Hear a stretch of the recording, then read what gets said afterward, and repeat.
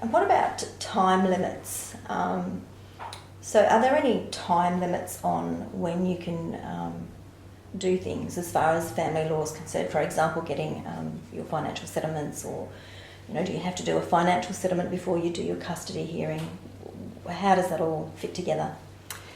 There's no requirement to tackle one before the other, so it's not a requirement, for example, to be divorced before you deal with your financial matters. You can deal with your financial matters beforehand, and commonly we find that parties quite typically won't get divorced unless perhaps there's another marriage further down the track. It's not necessarily a priority issue these days to deal with divorce beforehand, so often the priority issue is children or property matters.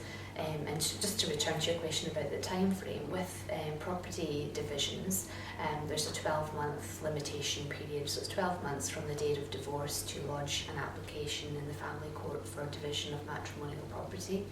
And for de facto couples, that time limit is 2 years from the date of separation. So there are some time limits in place that clients need to be aware of when they're resolving their legal issues.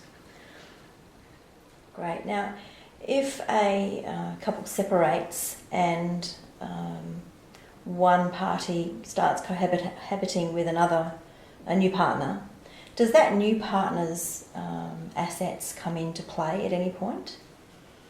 It really depends on the circumstances, and in that type of scenario, it'd be really important to get some further legal advice exactly about what the ramifications of that are.